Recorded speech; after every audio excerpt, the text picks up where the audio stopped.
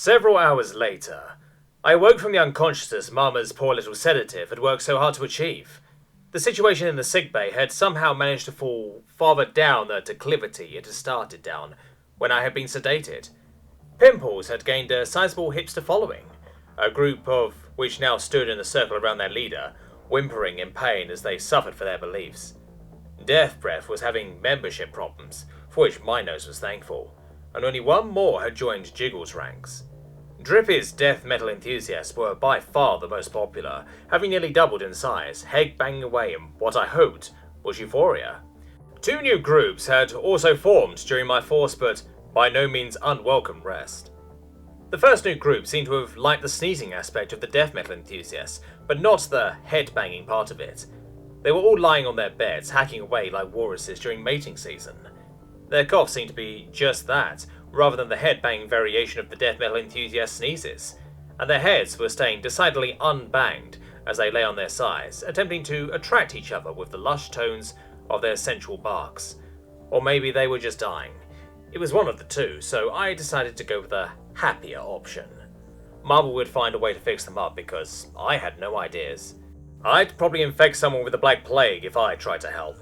Judging by how they were holding up to the smaller infections, if I did that, they probably wouldn't show any symptoms, just go from perfectly healthy, then keel over dead. Or maybe they'd spontaneously explode. I wasn't going to find out, so I turned my attention to the second of the new fads. I think the other group was composed of masochists.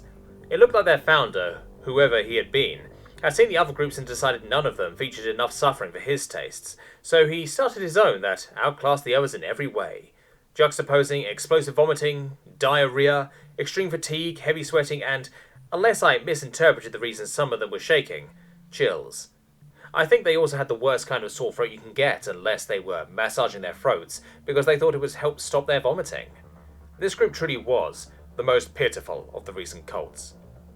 Several of their members had succumbed to the crushing fatigue of their faction, but this hadn't stopped the other characteristics of their chosen people, as they slept, wheezing, as their overactive GI system spewed forth their essence, where it could begin its olfactory assault upon my senses. I took a moment to step outside of my humorous defense mechanism to take an honest and objective look at the scene around me. It wasn't good. The crew was in bad shape, and I doubted they would last much longer. The worst part of it was that this wasn't something I could help them with. I wasn't a microbiologist or even a scientist, or even a smart person. I didn't know anything about fighting off diseases. The only thing I could protect them from were physical attacks. I felt helpless. This was the first time I'd been helpless since I had escaped the Grey Yodas, and I hated the feeling. I wanted to punch something. That wouldn't have helped anyone though, so I settled for punching the diseases with my imagination. I don't think it did anything. The sickbay had a window, and my attention was drawn to it when something other than the endless void of space flashed by. The window was too small and I was too far from it, but I could see it was the hull of some other spacefaring object. Whether it was station or ship, I couldn't tell. 30 seconds later, the ship lurched in what I had come to recognize as our ship docking with something. Without another word, Mama and the Drippy's entourage, which amazingly hadn't contracted any of the faction's beliefs, began helping cultists out of the sickbay. Soon I was the only one left, my energy field glowing around my bed. Thanks, guys. I didn't want to leave this room anyway. No one heard. I tested the energy field around my bed. It felt as solid as a wall. I pushed against it experimentally. It didn't budge. I threw my shoulder against it and achieved the same result. Not wanting to throw my all at it, I sat dejectedly on my bed and waited. It wasn't long before Mama came into my room wearing a grey hazmat suit. I felt a little uneasy, but understood why she was doing it. It just made me feel like I had stayed a little too long in Chernobyl or something similar. She lowered my energy field and motioned me to follow. We walked through the eerily quiet and empty corridors of the ship, which satisfied my curiosity as to why it had taken so long. I really was a plague ship. Now I knew how the rats who had either carried or chaperoned the Black Plague around the world had felt, and let me tell you now, with my newfound expertise, it sucked. When we arrived at the docking bay, I could see by benefit of a bay window that we were docked to a large station about the size of a football stadium. It was the sterile white of a hospital. Entering through the airlock, it was like no hospital I'd seen. Every room was a calming shade of white and blue, which tried unsuccessfully to distract from the seemingly unnecessary amounts of air vents set into the ceiling. or the large glowing blue columns on either side of the walls which hummed with energy, which made my skin tingle as I passed them. Paired with Mama's hazmat suit, I assumed the columns offered another level of sterility to the environment. We walked into a large room where I stopped a moment to stare. It was huge and filled with such an array of alien equipment that I couldn't even begin to pass together the reasons for a single one, except for the stations which seemed to feature alien microscopes. The microscopes were my only clue that this was a massive research facility, specifically one dedicated to studying dangerous diseases, since every Xeno in the room was wearing a hazmat suit. The diversity of the lifeforms in the room was another reason I paused. There were so many. The suits made it difficult to see the differences, but the heights and breadths alone were enough to show me the differences. Most of the Xenos seemed to be taller than me, and nearly all were as spindly limbed as the blue giraffes. There even appeared to be another variation of blue giraffes amongst the researchers, except these blue giraffes were taller and moved with a greater grace and elegance than my new family members. If grace and elegance could be ascribed to 4-meter-high beings with 2 more arms and legs than the version I was used to. I also noted that there didn't seem to be any of the common form of blue giraffes among the researchers, except for patients. What that implied, I didn't know, but I remarked on it nonetheless. I didn't stay for long as Mama ushered me around the room and into another, about the size of the sickbay back in the ship, except this room appeared to only have a bed for one, and the rest was occupied by an array of equipment which I could only assume was to be used to ascertain the extent of my destructive nature. I didn't need to be told where I was going to be staying, so I walked over to my new bed and hopped on. I immediately leapt off again. Despite the fact that he was wearing a hazmat suit, it was unmistakable as Grey Yoda walked into my room, carrying a tray filled with an array of syringes filled with different coloured fluids, one of which I quickly noted was a familiar shade of blue. I quickly shot a glance at Mama. Why wasn't she worried or afraid? Why didn't she shout an alarm as that creature entered the room? I doubted I'd been abducted by rogue scientists, so assumed they had worked with their species' knowledge and consent. Didn't Mama know what kind of monsters these things were? Even if she wasn't going to act, I sure wasn't going to let that thing work over me as I lay prone on a bed, especially with the blue syringe of death.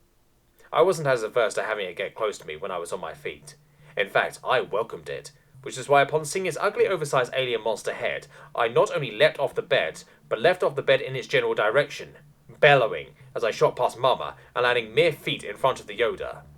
He didn't seem to have the abilities of his namesake, and only managed a pathetic dry squeak as I flung my hand towards his head in an open-palm slam, which hit his faceplate, shattering it and flinging him 3 meters where he landed heavily on the floor, and slid for another 4.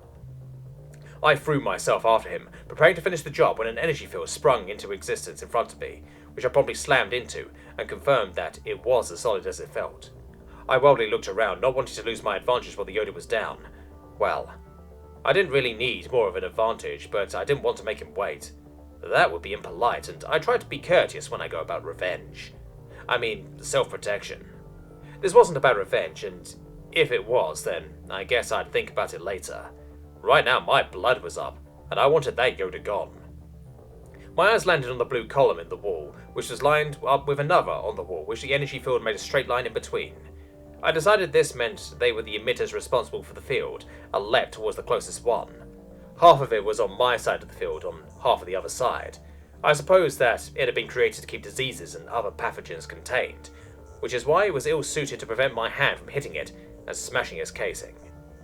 I probably should have thought about just what an energy field emitter would exactly contain in order to be emitting an energy field, because it broke, releasing a massive amount of force which picked me up and threw me across the room, slamming me into the base of my bed. On the upside, it took the field down, and I was alive, so I figured it was a win-win situation. Dazed, I ran drunkenly towards the Yoda, who seemed to be unconscious as he hadn't moved yet and was still breathing. I was halfway there when I was slammed in the side by what felt like George Foreman, coming to give me something other than a sandwich. I had been unsteady enough that the unexpected blow had knocked me from my feet, and I rolled with a blow, a move which had saved me from enough cracked heads that it had become habit, coming up in a crouch facing my new attacker. It was Mama. From the pounding of the blood in my ears, I hadn't heard her shout clicking, but now she released a torrent unlike anything I'd ever heard from her.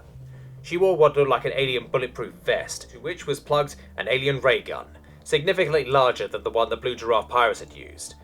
I wondered, wirily for a moment, if she'd just tried to kill me, but then ignored the thought when she did not continue shooting, and instead put the gun down to allow her the use of the other hand, so she could gesticulate even more in her tirade. I didn't know what she was saying, but I didn't think I needed to. Now that I was taking a moment to think, I realised that she wouldn't have taken me onto a station so I could be experimented on and generally abused. I doubted she would have thought that anyone could have done that to me even if they wanted to, anyway. If that had been her intent, then she would have sedated me again and then let the Yodas do their thing. This Yoda might have been a defector, a scientist who had grown weary of his race's atrocities and decided to join the nobler alien races. Or maybe those really had just been rogue scientists. Either way, I shouldn't have attacked him, though I still thought my actions had not been entirely unjustified. I bowed my head, somewhat ashamed of my behaviour, and Mama's tirade stopped suddenly. I realised that this was the first time I'd shown any remorse for what I'd done. After all, I felt like all my actions up until this point had been completely justified since I wasn't the animal they took me for. Now they knew I wasn't, or at least some of them did, and I would have to show them that I wasn't a sapient killing machine, which probably would have been worse in their minds. The psychopathic part of me, which I'm sure everyone has, really liked the idea. Squashing psychopathic me. I walked calmly over to where the still unconscious Yoda had dropped his tray of syringes and picked the blue one up from the ground. I showed it to Mama just so she knew what had specifically set me off. I had not just rage thrown the Yoda and snapped off the end of its needle, putting the syringe in my pocket. I didn't know if smashing it against the ground would be bad, so I decided to just keep an eye on it. I held back onto my bed and waited calmly as Mama went and carried the still unconscious Yoda out of the room. Zurg left the room, still wearing the military combat harness she had found in the storage locker in the main lab, which, now that she thought about it, it was a rather odd thing to keep in a hospital, but she wasn't about to question it. Why did the head researcher on this death hospital have to be a courtie? And what the fuck had he been doing carrying a rotgut syringe for a preliminary examination? She supposed she shouldn't have assumed the heavy pulse gun would have merely knocked Kukutura down, but after he had only been dazed by the full discharge from a quarantine field emitter, she had lit into him with the heavy pulses without a second thought when he began charging towards the idiotic courtie. He had been moving so fast she was lucky she had hit him. He hadn't been hurt, which would have normally shocked Zurg, but at this point she would have been shocked if she could find anything that could hurt him. She was mainly happy that he'd listened to reason. She knew he hadn't understood a word she said, but it felt good to shout after all the frustration he'd caused these past few days. It seemed Kukututu had understood her tone, and, more importantly, saw the truth in it and felt ashamed for his actions.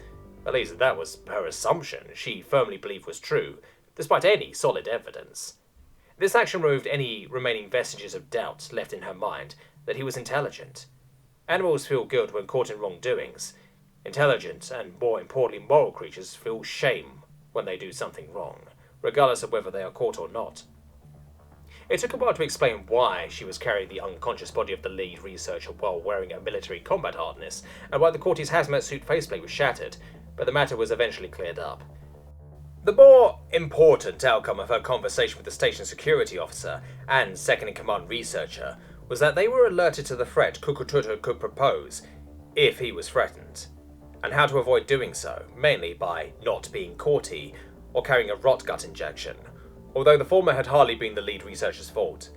They didn't seem to believe her, but she was enough of a nuisance that they finally said they would do as she said. The second-in-command scientist prepared to do what had previously been the lead researcher's job, readying a tray of syringes that was pointedly not containing any injection of the colour blue. Under the protection of 4 guards in full military combat harnesses, 3 with heavy pulse guns, and the last with an anti-tank gun. Why do they have an anti-tank gun in a hospital? The examination of Kukututa began. The acting lead researcher was even more amazed by Kukututa's immune system than she had been, which was saying something, as she had sworn several times when she found out. The scientist, whose name she had learned was but he said she could just call him so kind of him, nearly had a nerdgasm as he pursued the results of the Mark III bioscanner and an array of tests which has nearly taken an entire Rick 30 minutes. She wouldn't have been surprised if he had started moaning. The were evolutionary cousins of the But as loath as Zerk was to admit it, they had a significantly greater capacity for intelligence than all but genius-level Vzd, of which there were very few in living memory, now that Zerk thought about it. She was about as intelligent as a Vzd could ever hope to be, but she still had only been able to grasp the bare fundamentals of microbiology. Aside from their intellect, the Rukvthurptra had one more pair of arms and legs than Vzd, and skin that was unstriped. They shared a common language, though, on account of their similar vocal cords, except the Rukvthurptra's was hopelessly complex compared to the Vzd. The immune system of this creature is incredible, gasped. I've infected him with one of the viruses we keep at the lab. You what? Zerk shouted, but didn't stop. And his body has completely eradicated it in 5 minutes. I infected him with Stipulary plague. You what? Zerk screamed. Was too excited to hear her thoughts about his hastily made decision. She guessed it didn't matter. The Stipulary plague had been cured decades ago, and the developed serum had been compatible with every species' immune system so far. There was no reason to assume it wouldn't work for Kutututu either, she hoped at least. It appeared the serum wouldn't be needed though, as continued. And his body just turned into an antigen death world. I don't think we'd be able to kill him with any bioweapon on record, not even rock gut. I don't know half of what happened, but his body suddenly heated up as though it were an oven, and then it secreted a hormone that opened up previously small capillaries, so they could be invaded by carnivorous eukaryotic cells, which ate anything targeted by another unknown protein, whose sole purpose was to find the antigen, and then hold onto it as the hunter eukaryotes found it and ate it, by turning into a macrophage. And all the while, another kind of specialized cell with fucking arms started snaggling offended viruses left and right, and holding them, while the eukaryotic monstrosities were eating them. And it was beautiful. He took a deep breath, for which Zerk was thankful. His white skin had started to turn blue during his speech. The moment he had his breath back, he started up again. I wonder what would happen if we infected it with a multicellular parasite. It already has several, but they seem to have a symbiotic relationship with the creature and are ignored by the immune system. Absolutely not, Zerk interceded. You're here to see if we can adapt any of his biological features into a cure for my crewmates, not satisfy your curiosity. Stiffened, suddenly a professional rather than an overexcited researcher. I am well aware of my purpose in studying this being, but as it stands, anything we took from his body and tried to use in one of the other patients would invariably kill them the same as if we had put a pulse gun to their head. His immune system would eat them alive. But maybe if I study how it works, we'll be able to bioengineer similar cells which could be specifically made so that they would not kill the patient we injected them into. But before I can do that, I need to study how his immune system works. I feel as though I've hardly scratched the surface. Zerk didn't want to concede the point, but was right. The fact of the matter was, if they didn't figure out how to adapt Kukututu's immune system to her crewmates, they would most likely die. Forcing his immune system to work so they could understand his processes was something any moral sapient being would allow, and if Kukututu wouldn't allow it, well, they couldn't understand what he said and vice versa, and she was willing to take advantage of that fact if it meant saving her family. Fine, Zerk said. Continue as you see fit.